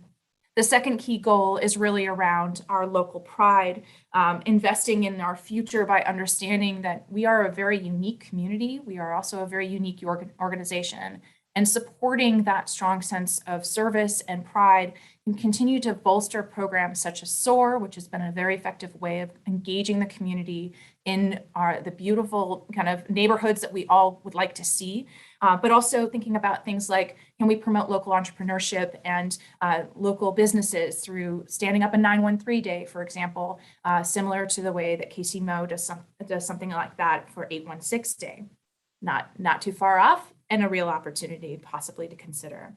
We also want to continue to test new tools, whether it's technology and trying different ways to connect people with information, whether it's launching new platforms, but it's also about improving the way that we use existing tools, whether it's mailers or newsletters. We need to make sure that we're leveraging the tools as creatively as we can to make the greatest impact in our community. And then the fourth goal is really about becoming the trusted resource for our community when it comes to all things unified government, whether it's on the city side or the county side. We need to be that go-to resource for reliable information, which is again about being proactive, identifying the needs of our community, and responding with kind of anticipating the types of information that people might be looking for when you navigate our website or when you're joining a conversation on social, that you know that we are providing information that you can rely on. And then finally, is really focused on culture and thinking about how we collaborate and work together. What does it mean to do effective community engagement? How do we do a better job of that? That may come by working outside of our own organization. And I think that becomes something that I'm very excited to kind of think differently about how we foster public-private partnerships. How do we tap into the community organizations and livable neighborhoods networks that have been fostered over many, many years to help kind of take it to that next level of clear communications that are reliable and really telling the story about who we are as a community. I'm going to pivot for just a minute and just hone in on one channel, which is often a very kind of challenging channel to manage and takes a certain level of subject matter expertise. But I think it's worthwhile just kind of diving into one of the options that we have as a channel, just to kind of illustrate some of the thinking and the work that we're doing behind the scenes here. So if you can imagine, not dissimilar to the fact that about 80% of adults have access to a mobile phone, and even more in some populations. But we spend a considerable amount of time on our phones, and the apps that are on those phones are often consuming quite a bit of those hours. And so when we think about all the various social media channels when it comes to our reach, Twitter was not terribly active when I came online. It was definitely used, but certainly not with kind of a very intentional focus as Facebook has a much larger audience for us as an organization. And the challenge with these algorithm-based programs is that when you have lower activity in 1 month, it will impact future months in terms of how much reach you have. So in order to kind of game the algorithm, you have to be very present. You have to continue to put that information out there. And so we need more of a concerted effort to ensure that if this is something that we want to prioritize, if we want to be visible to our community via tools such as social media, we will have to make an invested effort in terms of putting our time there and making sure that there's good content that's relevant to the community, that's being shared to help us improve our reach and make it worth our time. Then, you look at Facebook, which has considerably more followers. We go from just a few thousand, about 4,500, 4,700 on Twitter to about 10,600 on Facebook. And, if you look at the difference year over year, I think you can tell there's a pretty significant drop between the previous 6 months or so as it gets compared. So that probably tells me that there may be a change in priority and focus on the community in terms of what information they're looking for. But this too requires regular monitoring. And we need to be responsive. So when we go out there and post something on Facebook, we have to be able to give ourselves the time to listen to the feedback and the comments we get. We have certainly seen that it pays off to take a few minutes to really read and hear what's going on from the community. In this case, this person wrote us from Wyandotte County, very concerned about the recently approved mask mandate and some of her concerns about, why did she get vaccinated when I need to now wear a mask, and comparing the unified government to somewhat authoritarian rule. And so we responded just kind of taking a minute to acknowledge where her frustration may be, or maybe the misinformation may be, to actually explain the circumstances and explain why the commission elected to put a mask mandate back in place. And when we responded with a thoughtful and intentional response that brought forward the data and the information, we received a very pleasant response back. And I think this actually kind of took us by surprise. And I'm sure I can speak for Mariah, who was kind of directly responding on our behalf, that this could have gone anyway. But the fact is when you pause and take a minute to be civil, to listen to people's concern and to respond with information, sometimes you can win that conversation and forge another trusted relationship. We may not get that far with this individual, but we tried and it made a positive impact. And I think that's something that we need to continue to double down on as we move forward. Next door, just to give you a couple of snapshots of two other platforms that we use quite a bit, is obviously a geographically driven social media network where it's based on where you live and identify as your neighborhood. We have about 25,000 people. This is a much harder platform in terms of engagement. We only have about a fifth of all households in 157 neighborhoods. And this is where I think it really underscores the importance of finding the right channel for each message. So instead of trying to broadcast the same message over and over again across Twitter, social, Facebook, and Nextdoor, is there a different type of message that works more effectively depending on the platform itself? And absolutely, I would argue, yes, I am not a social media expert, but we certainly know we have that expertise within our organization and are developing a content strategy that reflects the appropriate tool for the message.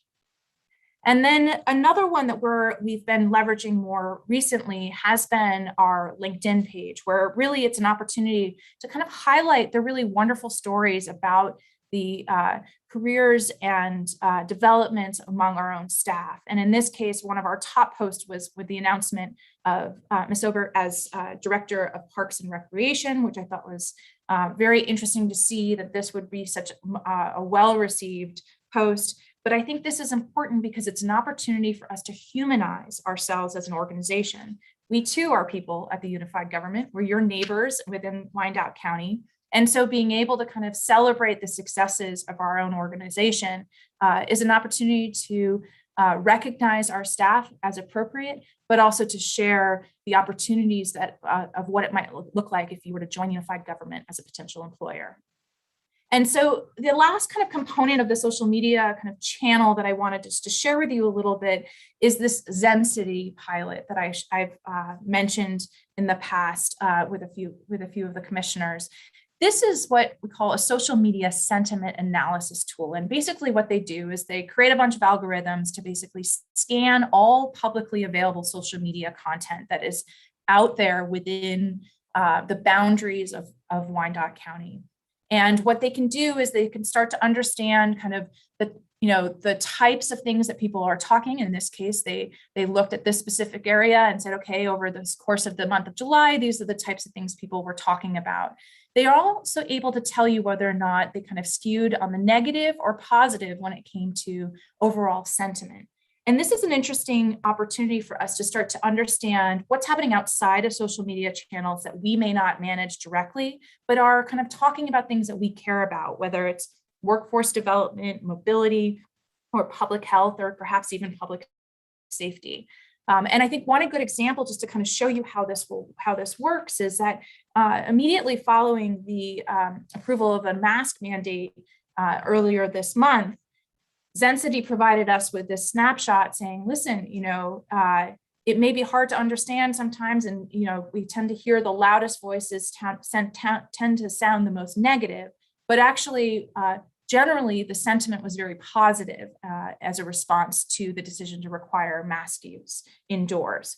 And I think that's something really interesting to kind of note, because when you factor in the fact that Zen City does factor in this kind of neutral as positive because of the number of people in that space that actually shared the post with somebody else, reflects the high interest and the desire to inform others. So while it may not be directly kind of noted as positive, it definitely is something that's working constructively for the types of messages that we're trying to get out to our community.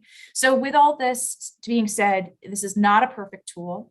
It is one of many tools, but it is an opportunity for us to start to understand, are these the types of things that we should be looking at as an organization? What can we learn from the insights that we are able to derive from these types of tools?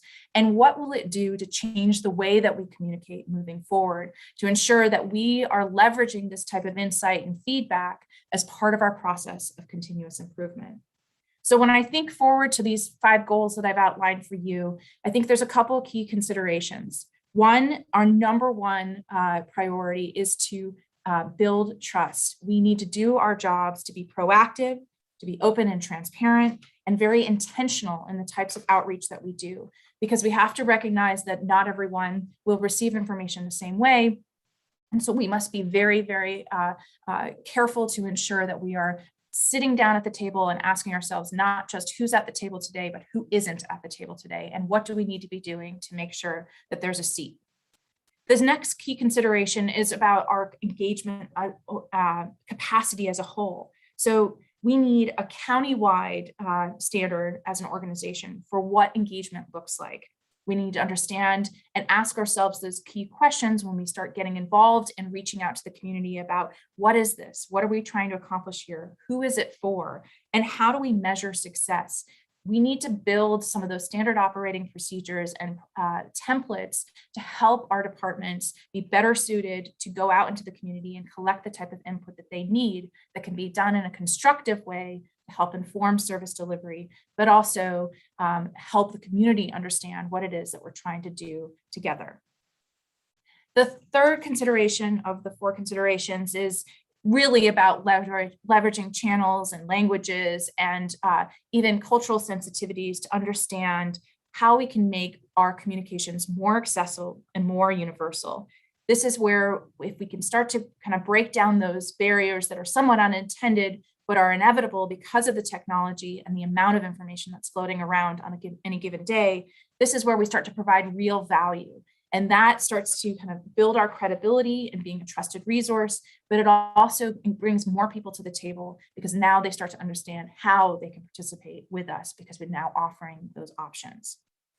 And then finally, and I think perhaps most importantly, is we have to recognize that we are all communicators, whether it's the community at large or our partners that we work with, having a responsibility to help us understand what's going on by calling 311, attending a meeting, participating in a process. We too, as an organization, have to identify and recognize ourselves as communicators, whether it's senior management or frontline staff. All UG staff should understand how they should be able to support us in our communications, whether it's just letting their family and friends know about opportunities that come up available in the unified government as job opportunities or service opportunities, or just making sure that people have access to the resources they need. We can all be part of that. And I turn back to you as the commission as well and say that you too are key to this formula. We need your help in supporting kind of the advancement of these key messages and even the identification of these issues and concerns so that we can continue to factor that into our feedback loop. So as I turn back to the 5 goals that I've identified for this next 9 months or so, I think it's really important to recognize that these things all kind of work together. Nothing is done in isolation. We are a very, very lean team. As you know, we are in the process of hiring our public information officer, which we hope to have in the next few weeks, if all goes well. But really, we need repeatable, replicable solutions. We need to invest in our future and our recovery together by working on these issues as a moment in time, as an opportunity to ask our community what they want, but also to hear them and take that into account. We need to build on existing tools and identify new ones. We need to be the resource for our community and continue to improve how we collaborate and engage each other through better training and capacity building as an organization. And with that, I will pause and turn it back to you in case there are any questions. As you are aware, this is for information only, but I thought it was an important opportunity to come back to you and just identify some of the things that I've seen, some of the things that we're working on, and answer any questions about what you might like to see moving forward. Thank you. Thank you, Ashley. Questions, Commission? Commissioner Ramirez? Thank you, Commissioner Markley. I just want to say thank you, Ashley, for all that you have done. It is amazing to see how often we're using Facebook, and especially when we're in the meetings, I follow our Twitter account. So my phone is constantly going off. So I'm very happy about that because then that shows that we're responding, we're being transparent and open with our community and just communicating in that way. So thank you for all that you have done. I know that when you came on, you and I, we had a very good conversation about, what our organization needs and what the community needs communication wise. So thank you for all that you're doing and you continue to do. It's amazing how much you've been able to do all with just one person. Well, thank you. So thank you for that. one thing I will say that I think would be a good idea, and maybe this is something that you can talk with an administration with, but yeah, us as commissioners, we're already out in the public. Most of us have Facebook pages and we're talking to our community members. The mayor as well has his own Facebook page and interacting. And I think another piece to that is our administration. Our county administrator who oversees our entire government, who implements, and his job to implement our policy, and making him more communicative with the community.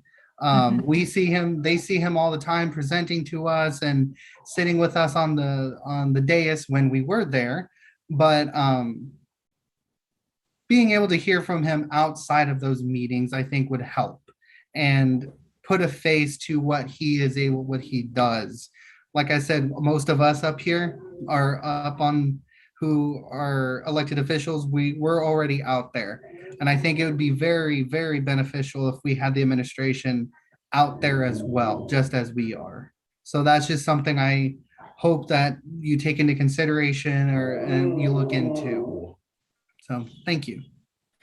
Thank you, Commissioner. And I can't speak on behalf of the county administrator, but I can say that he has absolutely expressed quite a bit of interest in changing the dynamic in terms of how he communicates and connects with staff as well as the community at large, and has been very open to a lot of kind of wacky ideas that I've been willing to throw at him. And I think he's really, certainly COVID obviously creates some barriers when it comes to some of the initial kind of direct engagement that's most productive when it comes to leaders kind of stepping into the community. However, I think Mr. Bach has done a good job with kind of increasing the frequency of all staff webinars and things like that to try to address some key issues, whether it's feedback from the employee survey or changes in policy around COVID, just to try to make it a little bit more accessible. And I think we will continue to work on improving that. And so your comments and feedback are noted and appreciated. Thank you. Commissioner Bynum. Thank you, Commissioner Markley. I'm just curious about UGTV. Yes. I happen to live in one of the very few places in KCK that cannot access Google. So I don't have UGTV, but I just wonder if you could share some with us on the ways that we are using it as one of our communication tools, because it seems like it's a really big opportunity to reach a really large segment of our population with important information.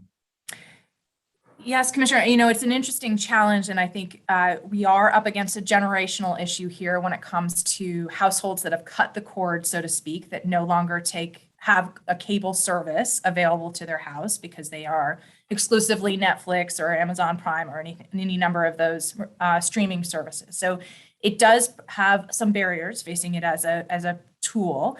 However, I think there's huge potential and great opportunity within UGTV, some of which we have been experimenting a little bit with creating some more kind of proactive content.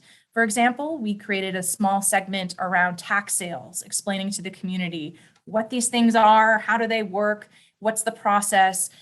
We did the same thing around some of the services that we provide, whether it's animal control or a forthcoming video on the election process. So there's things that we've been trying to do to kind of proactively create content to help not only kind of break up some of the incredible streaming of existing meetings that I'm sure everyone really wants to sit back down and watch a few times. Those do go on rotation.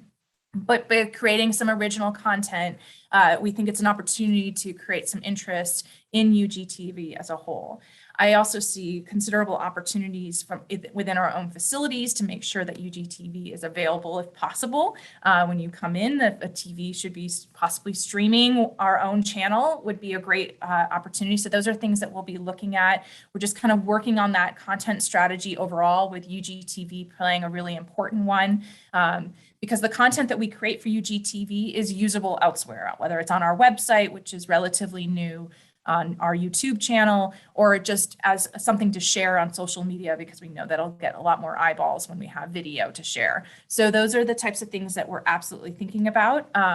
We would love to encourage any of our commissioners, if you're interested at any point in creating content, whether it's stepping in front of a camera to give an update on what's happening in your district, or something, a program that you're passionate about, or something that you're excited to see happening in Wyandotte County. We've had a lot of brainstorms about what we can do with UGTV as an outlet. We just are kind of limited by capacity. And so we're eager to find folks that can help us with creating some of that content. Between Mariah and myself, we will figure out how to get it online.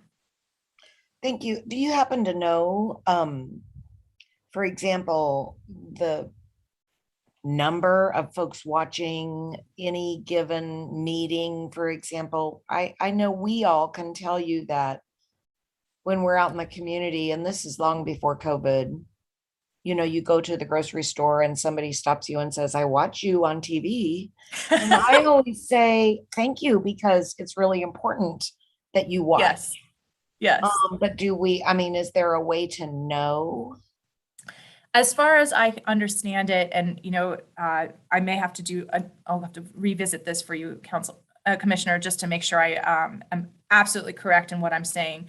We do not have good numbers on how many people are watching Channel 2 on Spectrum, or Channel 141 on Google Fiber. Nielsen is kind of the imperfect survey to kind of give you numbers. We would never get anything quite like that. We just don't have the geographic reach and the numbers overall to be able to give us much of an impression. So there are kind of things that we can start to test and throw out there, which is, as we create more content as an opportunity, things like putting up a unique URL, for example, that someone would only have seen if they had watched on UGTV, and then we can track people making that leap to the web to look something up. But again, that's a limited strategy because it requires someone to go from watching television to getting on their phone or their computer and taking action. So all we can do is kind of best guess it based on what we hear. I think these are the types of things that, as we kind of think through some of the feedback loops that we want to create with the community, understanding the channels that they go to, and finding opportunities to kind of explore how we can create content that would make it relevant to different audiences will be helpful in making sure that we do increase that reach. Thank you. Commissioners, any additional questions? Commissioner Philbrook? Yeah, so since we do have the next community survey coming up, I imagine, Ashley, you already have in mind, pick what you get onto for our communications, so to give us some feedback. Do you do you get on YouTube, or do you get on UGTV, or both? All that sort of thing. I guess you're going to ask that question, right? Yeah, I'm very eager to understand where people are getting their information from. A lot of people do not go directly to the source. They will go to a third party. So even understanding, are you looking at the Wyandotte Daily, for example, for information? We have pretty extensive coverage of a lot of things happening in the county through Wyandotte Daily. Understanding kind of where people are seeking that information out, so that when we onboard our new public information officer, who will be charged with implementing our content management strategy, our content strategy for the organization overall, that person will be then able to say, okay, we need to make sure that we're getting more to the news, the 5 o'clock news on these types of issues, because it's going to reach people that are interested in this, versus leveraging social media to have a conversation about something, versus using Nextdoor for an emergency alert notification. So really starting to kind of hone how we use these different tools and listening to what the community tells us. So I'm eager to see some type of question kind of assessing what the community is using for their primary information resources. And that way we can also focus our energy, because there's only so many hours in the day. Amen, sister. Thank you. All right. Anyone else? Very good. Well, as Ashley mentioned, this item was for information only, but I think we will expect additional updates in the future as she plows through these lofty goals she has set for herself and for our organization. So we look forward to hearing from you again, Ashley. And that was our last item this evening. So that concludes our meeting and we are adjourned. Thanks so much, everyone, for your time.